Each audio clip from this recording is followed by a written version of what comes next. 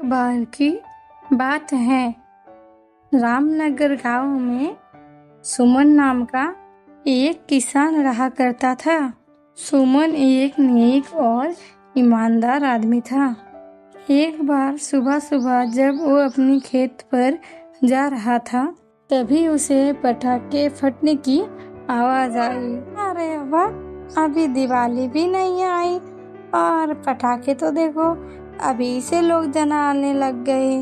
अरे सही है, अपने अपने शौक हैं सबके।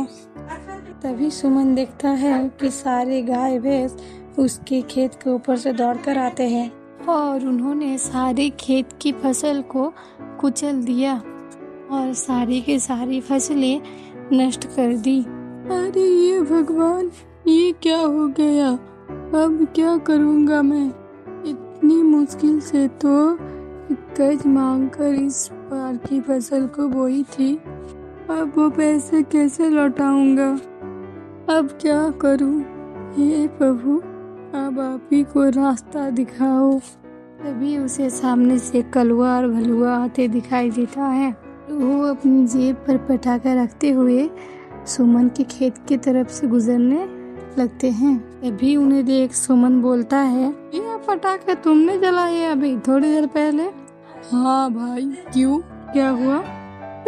तुम्हारी वजह से मेरे खेतों का ऐसा हाल हुआ। अरे तुमने जो पटाखे जलवाए थे उन्हीं की वजह से सारे जानवर डर गए और इस तरह मेरे खेतों की तरफ भागने लगे। अरे कहीं का कहीं जल रहे हो यार। अरे ऐसे कैसे तुम कह सकते हो कि ये सब हमारी वजह से हुआ?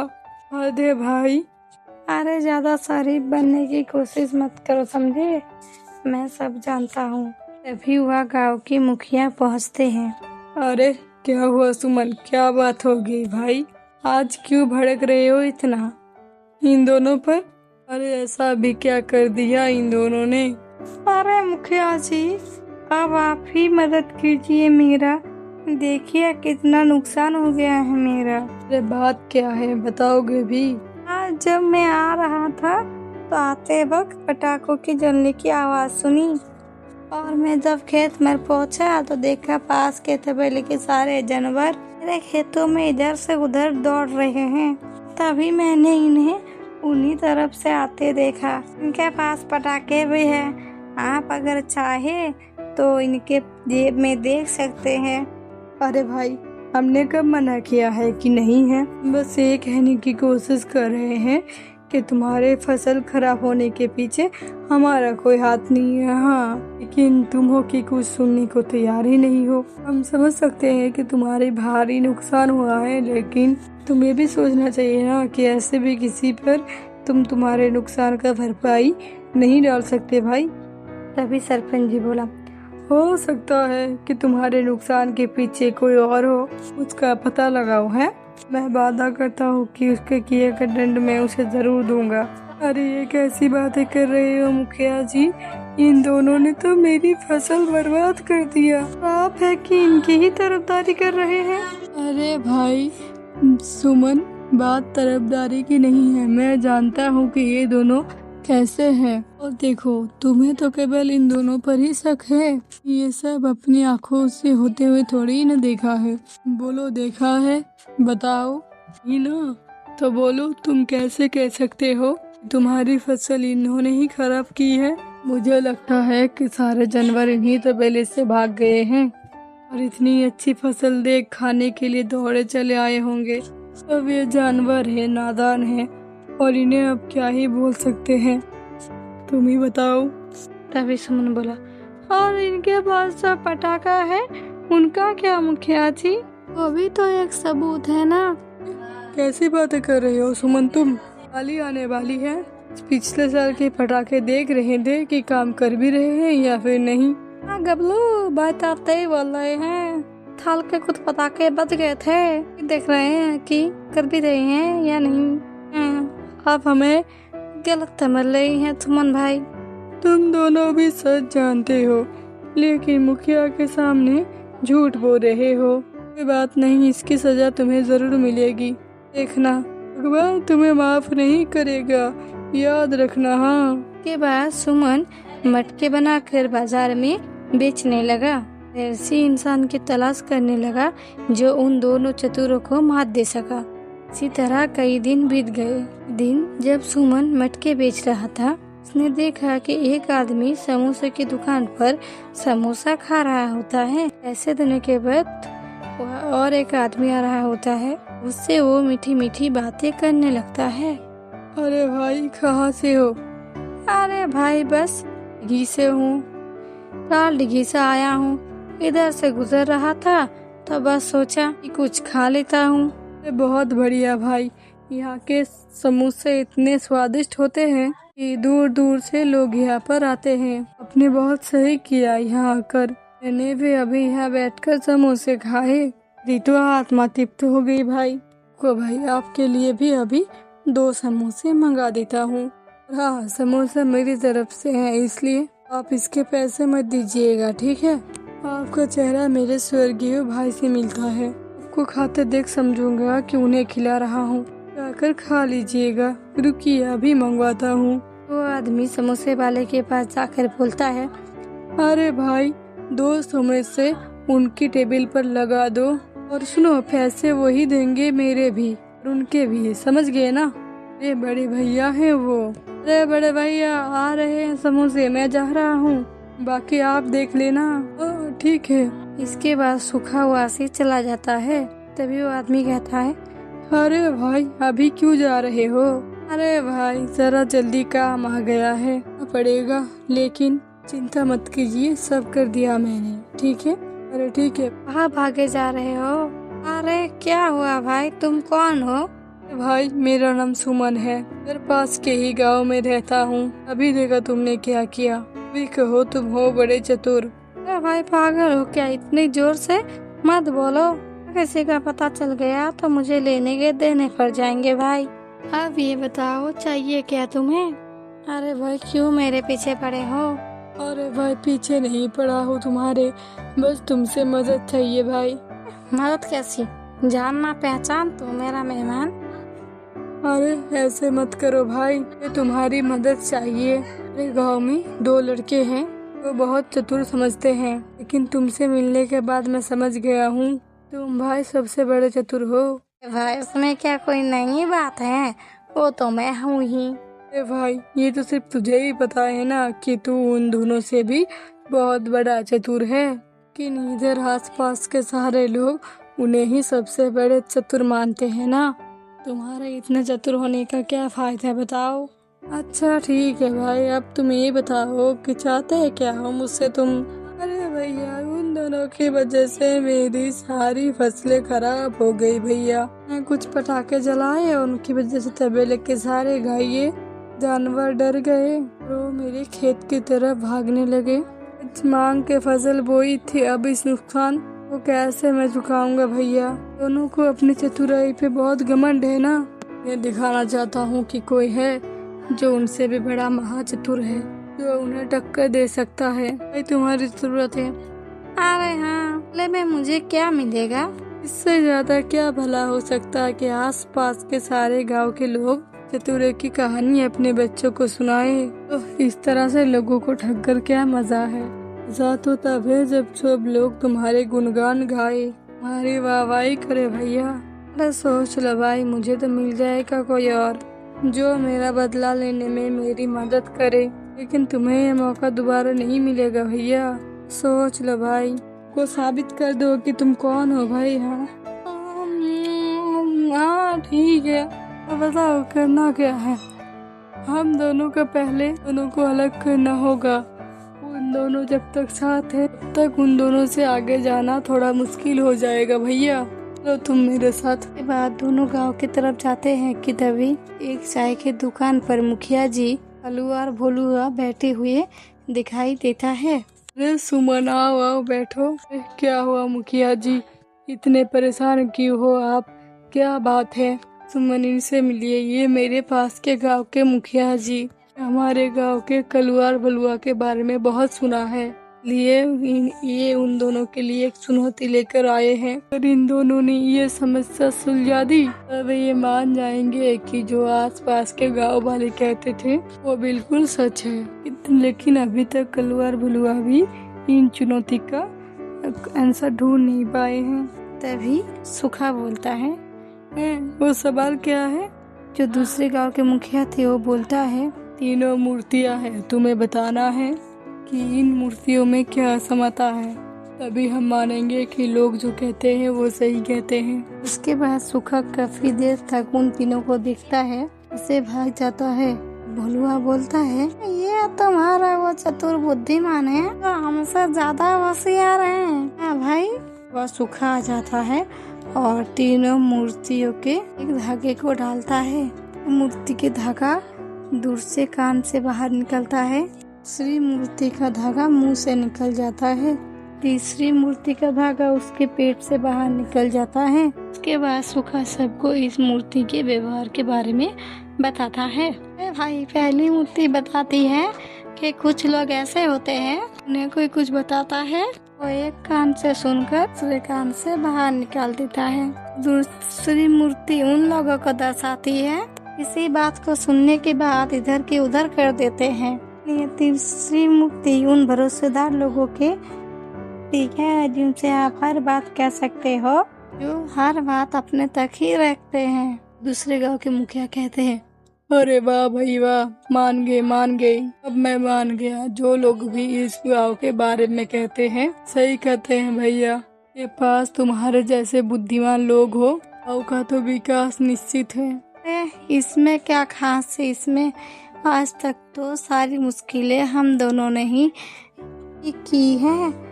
एक सवाल का उत्तर देने से कोई बुद्धिमान नहीं बन जाता। अच्छा तो ऐसी बात है, प्रतियोगिता रख लेते हैं, दोनों के बीच जो जीता वो यही का नंबर 1 चतुर। क्या बोलते हो? मंजूर? हाँ मंजूर है। हाँ मैं भी मंजूर है। अरे तू तो रहने ही दे, तुक्के में कहलाने वाले कोई चतुर नहीं होते। अरे भाई वो तो बाद में ही पता चलेगा। ठीक है तो फिर तय रहा भैया, हफ्ते हम एक प्रतियोगिता का आयोजन करेंगे, जीतने वालों को मिलेगा यहाँ का नंबर 1 चतुराई का किताब, समझे? के बाद सब अगले हफ्ते प्रतियोगिता के स्थान पर पहुँच जाते हैं। स्टेज पर एक आदमी कहता है, आज के प्रतियोगिता का आयोजन हमारे पड़ोसी गांव के मुखिया जी ने किया है। पड़ोसी मुखिया जी का दिल से स्वागत करते हैं, उनसे विनती करते हैं कि वो मंच पर आकर प्रतियोगिता को आगे बढ़ाए। धन्यवाद। आज की प्रतियोगिता में हमारे साथ एक तरफ कलुआ भलुआ और दूसरी तरफ सुमन और सूखा है। ये प्रतियोगिता हमें बताएगी कि कौन है यहाँ का नंबर 1 चतुर। प्रतियोगिता के 3 चरण होंगे। इसे 2 चरणों में आपसे सिर्फ सवाल ही पूछे जाएंगे, किन तीसरे चरण में आपको आपकी बुद्धिमानी का साबित करना होगा, सभी पे निकलना होगा, आपको हर चुनौती का सामना करना होगा। अंत में वहाँ आपको एक अजीब सा संदूक मिलेगा, इसे आपको हमारे पास लाना होगा। का पहले चरण का सवाल, एक ऐसा कौन सा धन है से चोर देख तो सकता है लेकिन चुरा नहीं सकता। ये बात कालिया भोलुआ और साबित करना होगा, सभी पे निकलना होगा, आपको हर चुनौती का सामना करना होगा। अंत में वहाँ आपको एक अजीब सा संदूक मिलेगा, इसे आपको हमारे पास लाना होगा। का पहले चरण का सवाल, एक ऐसा कौन सा धन है से चोर देख तो सकता है लेकिन चुरा नहीं सकता। ये बात कालिया भोलुआ और सुमन और सूखा चारों इस सवाल के बारे में सोचता रहता है। एक कालुआ को अचानक कुछ याद आता है और वो तुरंत खड़ा हो जाता है। विद्या। कालुआ बोलता है, विद्या? क्या बात है, कालुआ को मानना पड़ेगा, इतनी जल्दी वो इस सवाल का उत्तर दिया है। विद्या, केवल विद्या ही वो धन है इसे चोर सिर्फ देख सकता है लेकिन चुरा नहीं सकता।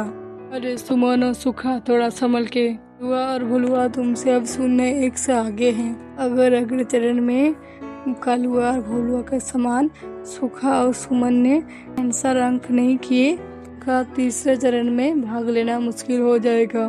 तभी कलवा कहता है, अरे बड़े भाई, हमारे बराबरी करने वाले सबसे बुद्धिमान तो हम दोनों ही हैं, समझे। अब तो कुछ करना ही होगा, वरना इन दोनों का घमंड का तोड़ना मुश्किल हो जाएगा। इसी के साथ दूसरे चरण का सवाल, इस जीव का नाम बताओ जिसे आग जला नहीं सकती, काटा नहीं जा सकता, पानी उसे भिगो नहीं सकती, जो जन्म से लेकर चिता तक साथ चलती है, लेकिन फिर भी पूरा जीवन बिना आत्मा के काटती है। सोच भाई, जल्दी से कुछ सोच।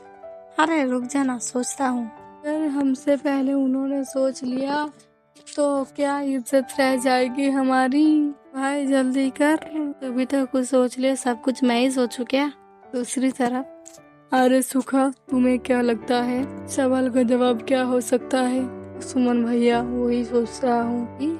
सुमन के हाथ से लगकर टेबल पर रखा हुआ पानी का ग्लास नीचे गिर जाता है। परछाई से सुखा को सवाल का जवाब मिल जाता है। तभी सुमन कहता है, अरे क्या हुआ सुखड़ा भाई, क्या मुस्कुरा रहे हो, पता चल जाएगा। उसके बाद सुखा उठकर बोलता है, अरे मेरा जवाब है परछाई। जल सकती है, ना कट सकती है, ना भीग सकती है। एक चीज है जो जन्म से लेकर मृत्यु तक साथ चलती है, इसकी कोई आत्मा भी नहीं होती। तुमने तो दिल खुश कर दिया। इसी के साथ दूसरा चरण भी खत्म हुआ। वही दल समान अंकों के साथ अब तीसरे में प्रवेश करेंगे और जो भी जीतेगा वही होगा यहाँ का नंबर 1 चतुर। इन तीसरे चरण की प्रतियोगिता कल होगी। सुबह गांव के पुराने वाली गुफा में पहुंच जाइएगा। के बाद सभी अपने घर चले जाते हैं। अगले दिन सभी लोग गांव के पुराने वाली गुफा के बाहर खड़े हो जाते हैं। थोड़ी देर बाद वहाँ पर मुखिया भी आ जाता है। वाह वाह, लगता है आज थोड़ा मुझे ही देर हो गई। इंतजार तो नहीं कराया ना आपको। नहीं मुखिया जी, बिल्कुल सही समय पर आप आए हैं। अभी आइए। चलिए अब आप आगे की प्रतियोगिता शुरू कीजिए। बिल्कुल। कालुआ, भलुआ, सुमन, सुखा, तुम चारों ध्यान से सुनो। तुम चारों को इस गुफा के अंदर जाना होगा। रास्ते में तुम्हें बहुत सारी चुनौतियाँ मिलेगी, लेकिन तुम्हें उनका सामना करना होगा। आखिर में तुम्हें एक संदूक मिलेगा। जो भी उसके संदूक को लेकर आएगा, ये होगा हमारा नंबर 1 चतुर। के बाद सभी लोग अंदर चले जाते हैं। कालुआ कहता है, यहाँ तक पहुँच तो गया, इसका मतलब ये नहीं कि तुम ही नंबर 1 चतुर हो। सुमन कहता है, अरे चलना तो आता नहीं, चले आए बड़े नंबर 1 चतुर बनने। हा। के बाद कलवा जैसे ही गुस्से में उठता है, पैर फिसलने की वजह से वो फिर से गिर जाता है। सुमन और सुखा उस पर हंसने लगते हैं। सुमन कहता है, अरे चलो सुखा, इनकी वजह से गए हम पीछे न रह जाए। मन भाई सही कहा। वह सुमन और सुखा आगे बढ़ जाता है। उनका पैर एक निशान पर पड़ता है और से एक जाल गिरता है। उस जाल पर उल्टे लटक जाते हैं। पीछे से कालुआ और भुलुआ चल के आ रहे होते हैं। वह कहता है, अरे वाह, कोई हमें कह रहा था कि हमें तो चलना भी नहीं आता है। फिर मुझे लगता है उन दोनों को खुद को नहीं देखा। अरे सही कहा तूने कलुआ। वह जैसे ही कलुआ और भुलुआ आगे कदम बढ़ाते हैं, जाल में कैद होकर ऊपर लटक जाते हैं। सूखा कहता है, अरे मेरी बात मानो तो तुम कुछ बोलो ही मत, कि तुम जितनी बार मुंह खोलोगे उतनी बार मुसीबत में पड़ोगे भैया। कलुआ और भुलुआ गुस्से में अपना मुंह फेर लेता है। अपनी जेब से एक चाकू निकालता है और उस जाल को काट देता है। दोनों वहाँ से नीचे उतर जाते हैं। नीचे से सूखा बोलता है, अरे चाहिए, ये चाहिए, जल्दी बोलो, ये चाहिए। हाँ चाहिए। अरे देखो हमारे 2 जंगली बिल्ले अपनी लाइन पर आ गए हैं। दोनों ऐसा करो, 1 से 1000 तक की गिनती करो, तक हम गुफा में थोड़ा आगे जाकर आते हैं। तुम दोनों को तो हम देख लेंगे, देख लेना। यहाँ से निकलो तो सही है। बस सूखा और सुमन आगे गुफा में निकल जाते हैं। सुमन कहता है, अरे तुम्हारे पास वो चाकू कहाँ से आया? मैं हमेशा अपने पास एक चाकू रखता हूँ, क्या पता कब जरूरत पड़ जाए। गुरुजी कहते थे कि मुसीबतें कभी बताकर नहीं आती, इसलिए जिन भी चीजें पता ना हो उन भी चीजों के लिए तैयार रहना चाहिए। उन्हें सामने एक विशाल मूर्ति नजर आती है। एक तीर के निशान का पत्थर मिलता है। सुमन कहता है, अरे कितनी विशाल मूर्ति है भैया, ये तीर, इसका क्या मतलब होगा? अरे ये तीर का इंसान मुझे लगता है किसी दिशा की ओर रहा है। कैसी दिशा?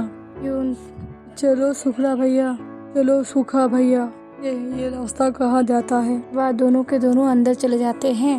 जैसे ही दरवाजे के अंदर जाते हैं कि तभी वो देखते हैं पर दो रास्ते दिख रहे हैं।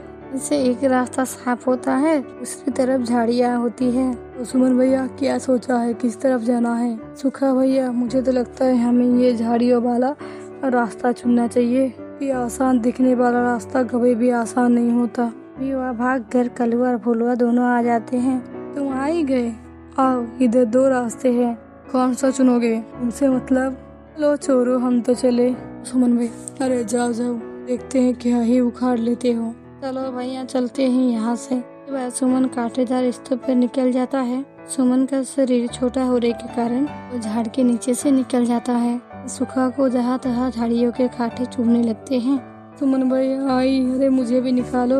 सही है, चुपचाप नीचे से निकले जा रहे हो, कांटे चुभे जा रहे हैं मुझे। के बाद वो दोनों अंदर चले जाते हैं। उन्हें एक झील मिलती है, इसके बीचों बीच एक संदूक रखा होता है। झील के दोनों रास्ते के साइड पर बहुत सारे सांप होते हैं। सांपों को देखकर बहुत डर जाता है, बोलता है अरे इतने सारे सांप यहाँ नहीं रख सकता, मैं जा रहा हूँ। ये नहीं बनना कोई चतुर बतुर, अगर जिंदा ही नहीं रहा तो क्या करूँगा नंबर 1 चतुर बनकर। देखो सुमन भैया मुझे माफ करो, यहाँ और नहीं रह सकता। सूखा भैया क्या कह रहे हो, या इस तरह तो मुझे अकेला छोड़कर मत जाओ। देखो भैया भाईचारा अपनी जगह है और जान अपनी जगह, माफ कर दो, मैं तो जा रहा हूँ। अरे अब क्या करूँ, ये भी तो चला गया ना, तो टाइम ही खराब है। इन सांपों से कैसे बचाऊँ अपनी जान। तो सुमन कुछ सोच। झील के उस रास्ते पर अपना कदम रखता है, पर एक सांप आकर खड़ा होकर एक इंसान का रूप ले लेता है। कहता है क्यों आए हो यहाँ, तुम्हारा दोस्त तो भाग गया, काफी समझदार निकला, लेकिन लगता है तुम्हें मौत का डर नहीं। सही कहा ना मैंने, आओ क्यों आए हो यहाँ। या तो तुम बड़े लालची हो, फिर बात कुछ और है, क्योंकि मौत को सामने देखकर तुम सब कुछ भूल जाते। तुम अभी भी यहाँ पर खड़े हो, मान गए। तुम्हें मुझे कोई भी लालच नहीं है, किसी को सबक सिखाने के लिए आया हूँ। वो नागराज को सारी बातें बता देते हैं। मेरी मानो उन दोनों को भूल जाओ, ये खजाना लो और भाग जाओ यहाँ से, और अपनी जिंदगी कहीं अच्छी जगह बिताओ। नहीं राज, मैं ऐसा करूँगा तो वो दोनों वॉर के साथ भी ये सब करेंगे। ये तो खजाना मिल जाएगा, यो को क्या मिलेगा। लोग तो बेचारे और मेहनत करेंगे ताकि उनका नुकसान की भरपाई हो सके। काटना पड़ेगा और ना जाने कब तक अपनी खुशियों के लिए लड़ना पड़ेगा। बात रही इस खजाने की, तो मैं ये मुखिया जी को दे दूंगा, क्योंकि वो हमारे हैं, तय करेंगे कि इसका क्या करना है। तक जो भी आए तो कोई पहुंचा ही नहीं, फिर भी एक आध जो पहुंच सके कि जवाब में लालच की बू आती थी, लेकिन तुम्हारे जवाब में आत्मसम्मान की रोशनी झलकती है। और ले जाओ इसको, को अपना ही अलग वरदान प्राप्त है। हर बार अपना एक नया खजाना उत्पन्न हो जाता है, जो काबिल हो उसे अपनी काबिलियत का फल मिल सके। ये लो जादुई बीज, इसे अपने मुंह में डाल देना, तुम्हारी फसल फिर से खिल उठेगी और तुम्हारे जीते जी कभी अनाज की कमी नहीं होगी। झील के बीच का रास्ता अपने आप गायब हो जाता है। वहाँ एक दरवाजा आकर खड़ा हो जाता है। उसके बाद सुमन उस दरवाजे से अंदर जाता है, अपनी गुफा के बाहर पहुँच जाता है। सभी लोग खड़े होते हैं। लीजिए मुखिया जी। अरे सुमन तुम, मुझे तो लगा था कालिया भोलुआ या फिर सूखा ये लेकर हमारे सामने आएगा। तुमने अपनी काबिलियत से हमें गलत साबित कर दिया, माफ कर दो। हमने तुम्हें काबिलियत को तुम्हारे छोटे कद की वजह से कम समझा। अब सभी जानते हो इसमें क्या है। यहाँ पर हमारे आखिरी राजा सुरेश चंद का खजाना है। खजाना? इस अजीब से दिखने वाले संदूक में खजाना है? हाँ, इसमें खजाना है। तो हमेशा अपना खजाना यहाँ पर रखा करते थे। जहाँ सुरेश चंद ने नागराज से ये वरदान मांगा था वो उनके खजाने का रक्षा करे। नागराज खुद उनके खजाने के रक्षा करते हैं। असल में इस खजाने के बारे में मैं शुरू से जानता था, इसलिए मैंने ये प्रतियोगिता रखी ताकि कोई तो ऐसा निकले जो इस खजाने तक पहुंच पाए। मुझे मालूम था इसमें खजाना है। मुझे गुफा में नागराज मिले थे, उन्हें मुझे इसके बारे में सब बता दिया था। फिर तुम इसे लेकर भागे क्यों नहीं? कि मैं खालुआ और फुलवा का सबक सिखाना चाहता था, जो मेरे साथ किया उसका सबक, कि ये आगे से किसी के साथ ये सब ना करे। ने मेरे साथ किया था। अच्छा वही बोलना बंद करो, समझे? हो जाओ, हम दोनों को माफ कर दो, हमें माफ कर दो। तुम्हारे साथ गलत किया। इन हम ही पटाखे जला रहे थे, जैसे तबेले के जानवर डर गए। खेतों को उन्होंने पूरी तरह से कुचल दिया। अगर मान लेंगे तो सब हमें जो इज्जत देते हैं वो कम हो जाएगा। ये हमने अपनी गलती नहीं मानी। चलो कोई बात नहीं, तुम्हें अपनी गलती का एहसास है, यही काफी है। खजाना गांव वालों के विकास में लगाया जाएगा। उनका जितना भी नुकसान हुआ है उसकी भरपाई हम स्वयं अपने धन से करेंगे। एक बात तो कहनी पड़ेगी, गाँव का के आस पास के सभी गाँव का नंबर 1 चतुर हमारा सुमन है। यो प्रतियोगिता के साथ साथ उसने के दिलों को भी जीत लिया। यही है हमारा नंबर 1 चतुर। हाँ, के बाद सभी लोग हंसने लगते हैं। हमारे कार्टून चैनल को सब्सक्राइब कर दीजिए और लाइक कर दीजिए। Thank you.